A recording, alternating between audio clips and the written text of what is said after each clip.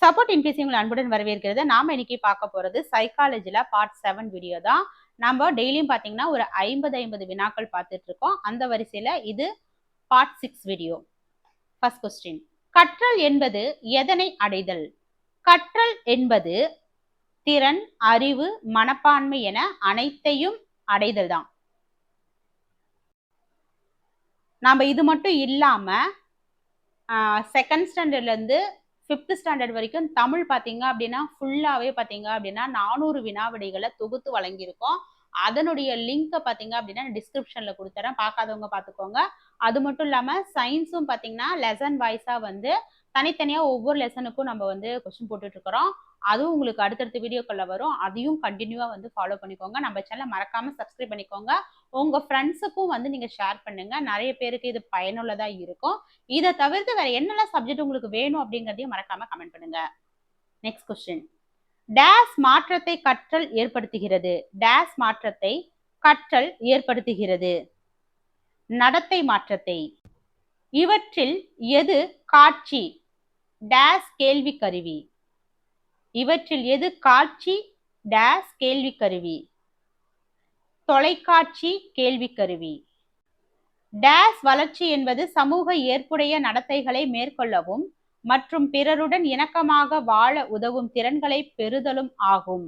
Days வளர்ச்சி என்பது சமூக ஏற்புடைய நடத்தைகளை மேற்கொள்ளவும் மற்றும் பிறருடன் இணக்கமாக வாழ உதவும் திறன்களை பெறுதலும் ஆகும். சமூக வளர்ச்சி என்பது.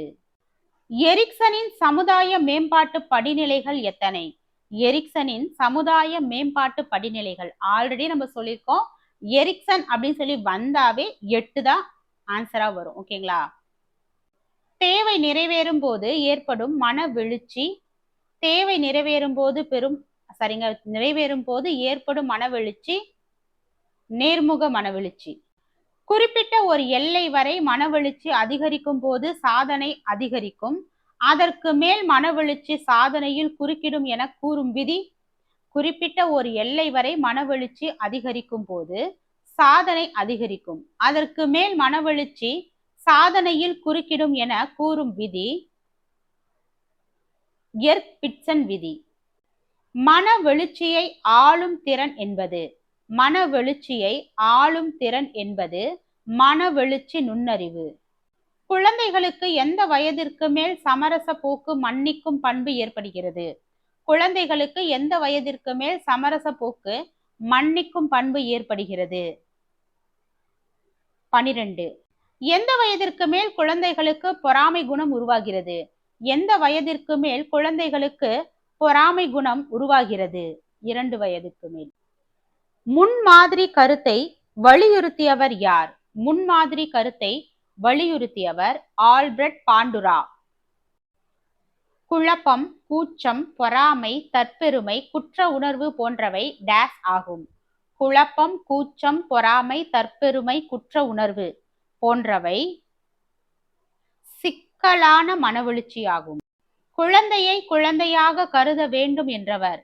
குழந்தையை குழந்தையாக கருத வேண்டும் என்றவர் ரூசோ. ஒழுக்க வளர்ச்சியில் உளவியலாளர்கள் குறிப்பிடும் நிலைகள். ஒழுக்க வளர்ச்சியில் உளவியலாளர்கள் குறிப்பிடும் நிலைகள் 4. சமூக வளர்ச்சி என்பது சமூக தொடர்புகளில் முதிர்ச்சி பெறுதல் என்பதே என்று கூறியவர். சமூக வளர்ச்சி என்பது சமூக தொடர்புகளில் முதிர்ச்சி பெறுதல் என்பதே என்று கூறியவர் ஹர்லாக். கோல்பர்க் ஒழுக்க வளர்ச்சியின் நிலைகள். கோல்பர்க்குடைய ஒழுக்க வளர்ச்சியின் நிலைகள் 3. அடிப்படை மனவெழுச்சி டேஸ் ஆகும். அடிப்படை மனவெழுச்சி சினம் ஆகும். பாரம்பரியத்தை விட்டுவிடுவது டேஸ் ஆகும். பாரம்பரியத்தை விட்டுவிடுவது சமுதாய தொடர்பு நீக்கமாகும். சமூக இறுதி இலக்கினை அடைதல். சமூக இறுதி இலக்கினை அடைதல் சமூக முதிர்ச்சி. உடல் வளர்ச்சி வேகமாக நடைபெறும் வயது டேஸ் ஆண்டுகள் ஆகும். உடல் வளர்ச்சி வேகமாக நடைபெறும் வயது டேஸ் ஆண்டுகள் ஆகும். 1 முதல் 4 ஆண்டுகள். ஒழுக்கம் பற்றிய சார்பு நோக்கத்தை குழந்தைகள் அடையும் வயது. ஒழுக்கம் பற்றிய சார்பு நோக்கத்தை குழந்தைகள் அடையும் வயது 11 முதல் 12 வயது. டைஸ்கிராபியா என்பது டைஸ்கிராபியா என்பது எழுத்து குழப்பம். ஒருங்கிணைந்த கல்வி உருவாக்கப்பட்ட ஆண்டு ஒருங்கிணைந்த கல்வி உருவாக்கப்பட்ட ஆண்டு 1972. சமரச போக்கு, மன்னிக்கும் பண்பு போன்றவை இந்த வயதுக்கு மேல் காணப்படும். சமரச போக்கு, மன்னிக்கும் பண்பு போன்றவை இந்த வயதுக்கு மேல் காணப்படும். 12 வயதிற்கு மேல்.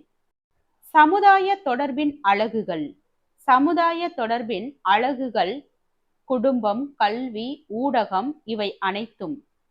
மனவெழுச்சி எழுவதற்கான காரணம் மனவெழுச்சி எழுவதற்கான காரணம் மனவெழுச்சி நீட்சி. சமூக ஒப்பந்தம் என்ற நூலின் ஆசிரியர் சமூக ஒப்பந்தம் என்ற நூலின் ஆசிரியர் ரூசோ. இயல்பூக்க நடத்தை டேஸ் இயல்பூக்க நடத்தை அறிவு, உணர்வு, உடல் இயக்கம் இவை அனைத்தும். மனவெழுச்சிகள் எத்தனை பரிமாணங்களில் பரவி காணப்படுகின்றன? மனவெழுச்சிகள் 3 பரிமாணங்களில் பரவி காணப்படுகின்றன. யாருடைய கருத்துப்படி மனவெழுச்சிகள் 3 பரிமாணங்களில் பரவி காணப்படுகின்றன?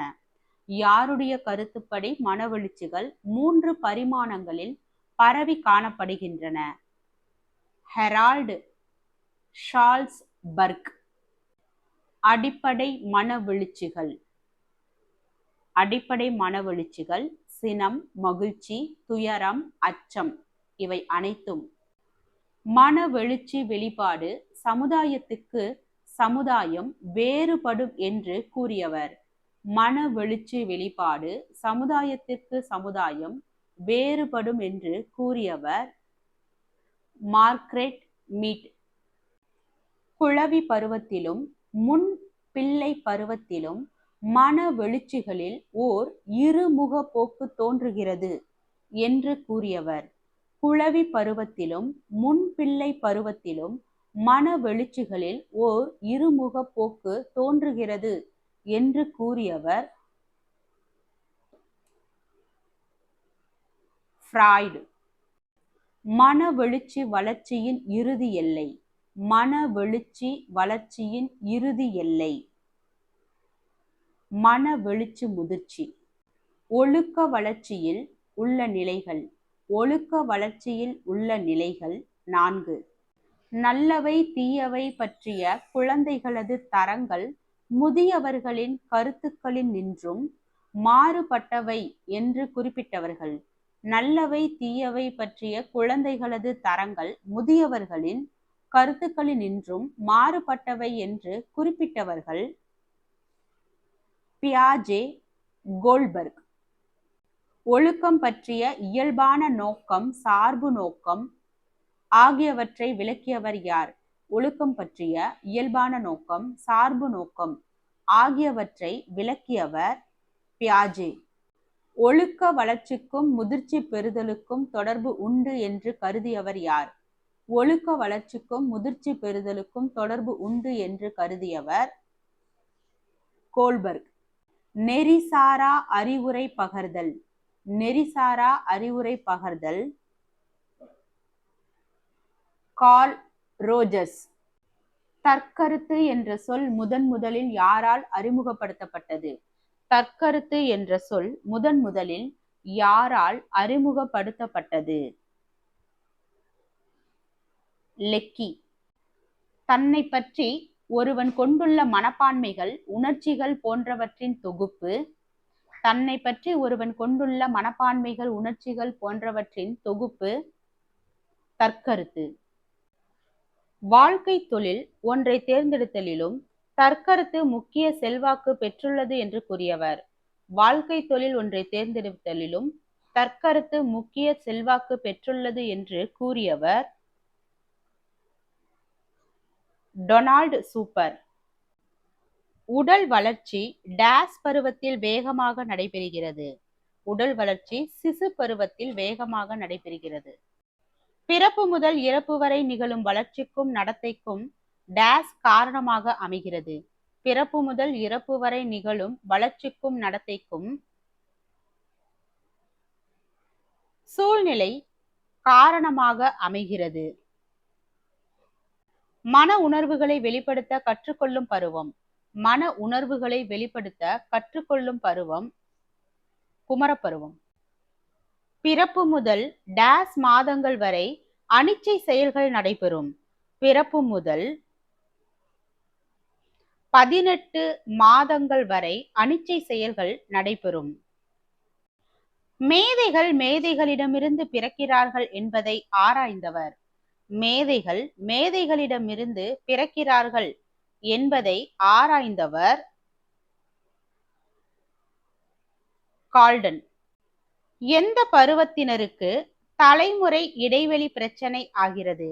எந்த பருவத்தினருக்கு தலைமுறை இடைவெளி பிரச்சனை ஆகிறது? பின்குமர பருவம். கார்ல் பியர்சன் 7 தலைமுறைகளில் ஆராய்ந்த நண்பர்களின் எண்ணிக்கை. கார்ல் பியர்சன் 7 தலைமுறைகளில் ஆராய்ந்த நண்பர்களின் எண்ணிக்கை 1260. எந்த வயதில் வளர்ச்சி நிலை ஒரு திரளாக மாறுவதால் உடல் பெருகுகிறது? எந்த வயதில் வளர்ச்சி நிலை ஒரு திரளாக மாறுவதால் உடல் பெருகுகிறது? 6 வயதில். WAIS இன் வாய்மொழி அளவுகோல் கொண்டிருப்பது. WAIS இன் வாய்மொழி அளவுகோல் கொண்டிருப்பது 6 சோதனைகள். அறிஞர் தான்டெக் முயன்று தவறி கற்றல் கொள்கையை ஆராய பயன்படுத்திய விலங்கு. அறிஞர் தான்டெக் முயன்று தவறி கற்றல் கொள்கையை ஆராய பயன்படுத்திய விலங்கு பூனை. ஃப்ரோபல் என்பவர் ஒரு டேஸ் கல்வி அறிஞர். ஃப்ரோபல் என்பவர் ஒரு டேஸ் கல்வி அறிஞர். ஜெர்மனி. பள்ளி பருவம் என்பது டேஸ் ஆண்டுகள் வரை ஆகும்.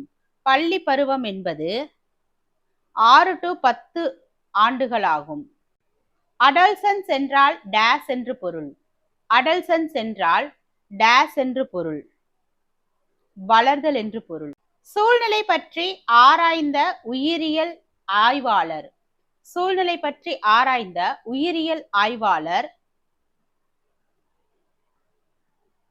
Charles Darwin. பள்ளி முன் பருவம் டேஸ் ஆண்டுகள் ஆகும். பள்ளி முன் பருவம் 3 to 6 ஆண்டுகள் ஆகும்.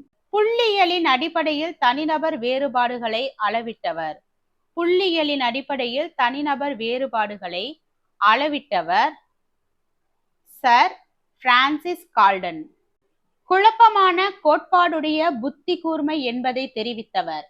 குழப்பமான கோட்பாடுடைய புத்தி கூர்மை என்பதை தெரிவித்தவர் தார்ன்டைக். இதோட 50 வினாவிடைகள் முடியுது. அடுத்த வீடியோல இன்னும் ஒரு 50 வினாவோட பார்க்கலாம். தேங்க்யூ.